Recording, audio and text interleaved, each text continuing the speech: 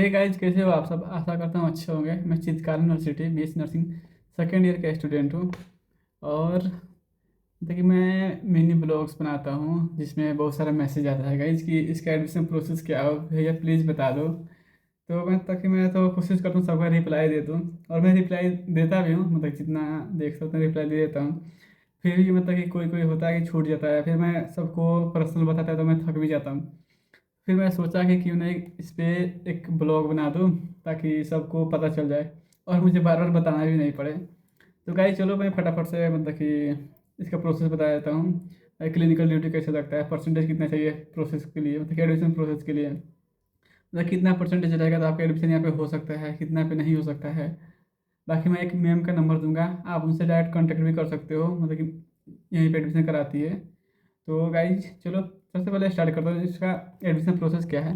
Firstly इसमें क्या करते हैं, इसमें जो मतलब कि हम लोग जो गूगल पे नंबर सर्च करते हैं उस पर कोई नंबर मिलता है, तो उस नंबर पे कॉल करने के बाद मतलब कि कोई टीचर, मतलब कि जो काउंसलर होती हैं या फिर मेल या फीमेल, कोई भी सर या मैडम हो सकते हैं, तो मतलब कि कॉल रिसीव करते हैं और वो बताते हैं कि ऐसे ऐसे करना है बेटा। फिर उनके द्वारा एक लिंक शेयर किया जाता है, उस लिंक के थ्रू आप अपना फॉर्म फिलअप करते हैं। देखिए, फॉर्म फिलअप का दाम लगभग 1100 रहता है। मेरे टाइम तो 1100 था, अभी पता नहीं, शायद अभी उतना ही है। और उसके बाद काउंसलिंग होता है। काउंसलिंग से पहले उसका एग्ज़ाम होता है, ऑनलाइन एग्ज़ाम, जो कि लैपटॉप के द्वारा दिया जाता है। देन उसके बाद आपके पास कॉल जाता है कि कॉल में आपसे पूछा जाता है 10th 12th का परसेंटेज कितना है। और मेनली यहाँ पे 12th के परसेंटेज बेस पे एडमिशन होता है मेनली। बाकी ये इसे इसमें देखा जाता है कि मतलब कि जैसे मान कोई 80% का है, कोई 85% का है, कोई 83% का है, तो सबसे पहले 85 का एडमिशन होता है, देन 83 का, देन 80 का। उसके बाद मतलब कि ऐसे ऊपर से नीचे की तरफ आता है। यदि सीट फुल हो गया जहाँ तक, वहाँ तक एडमिशन स्टॉप। या फिर मतलब कि जिसका कुछ और प्रोसेस होता है, मतलब कि जिनके कॉन्टैक्ट अच्छा रहता है तो उनका डायरेक्ट एडमिशन हो सकता है, लेकिन मेनली मेरे हिसाब से एडमिशन जो होता है परसेंटेज के अनुसार से होता है। मतलब कि जो 12th का मेरिट होता है उसको देखा जाता है, 10th का मेरिट देखा जाता है, उसके अनुसार से यहाँ पे एडमिशन होता है। देन एडमिशन के बाद का प्रोसेस क्या होता है कि मतलब यहाँ का फ़ी स्ट्रक्चर क्या है। तो जब मेरा एडमिशन होता 24 में, तो उस समय था लगभग 70,000 पर सेमेस्टर था। और अभी जो 25 का बैच है, जो अभी चल रहा है, मतलब 25 to 29, तो उनका है 80,000 पर सेमेस्टर। ठीक, इनका भी लगभग रजिस्ट्रेशन फ़ी था 1100 ही था। एंड इसमें बात करें प्लेसमेंट की, तो प्लेसमेंट लगभग लगभग नहीं गाइस, 100% प्लेसमेंट है। आप मतलब कि निश्चिंत होकर आइए, प्लेसमेंट में कोई दिक्कत नहीं होता है यहाँ पे। एंड मतलब कि मैं थोड़ी देर बाद एक मैम का नंबर सेंड कर देता हूँ, आप उनसे कांटेक्ट कर लेना है एडमिशन करेगा। नहीं कुछ भी पूछना हो आप उनसे पूछ सकते हो, या फिर आप मेरे इंस्टा आईडी पे मैसेज करके जो पूछना है पूछ सकते हो। बाकी वो मैम जो है कॉलेज की टीचर्स है, मतलब कि जो एडमिशन कराती है मैम है।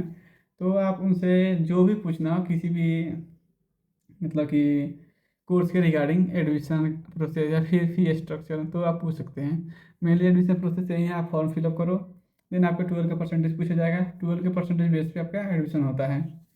देन क्लिनिकल ड्यूटी की बात करें नर्सिंग में, तो इसमें क्लिनिकल ड्यूटी बहुत अच्छे तरह से मतलब कि मिलता है। जैसे आईएनसी का रूल है, उसके अनुसार से यहाँ पर एडमिशन मिलता है, मतलब कि क्लिनिकल पोस्टिंग मिलता है। और सीट से मतलब कोई कोई सोचता है कि मतलब सीट से एक्स्ट्रा ले लें तो फिर ऐसे हो जाए वैसे हो जाए, तो यहाँ पे कोई दिक्कत तो नहीं है। यहाँ पे गाइज कोई दिक्कत नहीं है, जिस तरह से आईएनसी का रूल है उसके अनुसार से यहाँ पे फॉलो किया जाता है। एंड प्लेसमेंट का भाई गाइज तो बात हो ही गया। एंड गाइज अब क्लिनिकल ड्यूटी की बात करते हैं। जो क्लिनिकल ड्यूटी है, मतलब कि मेरी जो थी फर्स्ट सेम में लगभग 25 डेज या 30 डेज की लगी थी, सेकेंड सेम में 2 मंथ, थर्ड सेम में 2 मंथ, मतलब कि ऐसे ही।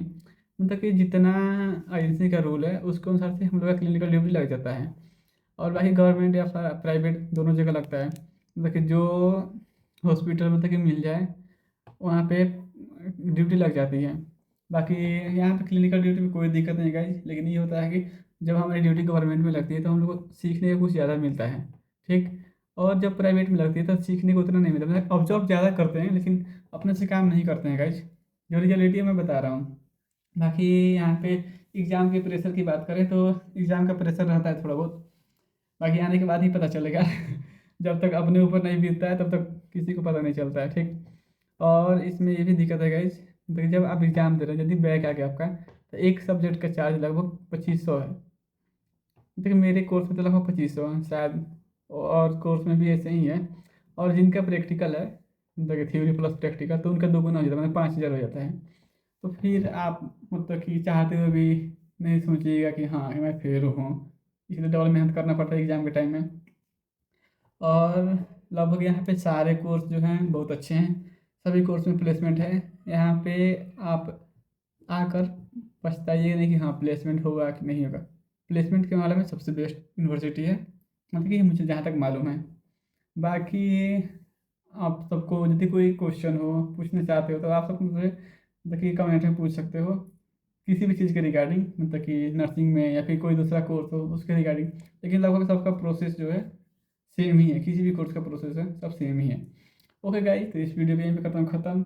एंड यदि आपके पास कोई भी क्वेश्चन हो तो आप कमेंट में पूछ सकते हो, मैं कोशिश करूँगा कि रिप्लाई दूँ। और मैं मैम का नंबर सेंड कर रहा हूँ, आप उनसे बात कर सकते हो। आप बोल देना कि हाँ संजीत नर्सिंग वाला दिया है, तो आप मतलब कि आपको मैम बहुत अच्छे से गाइड कर सकती हैं।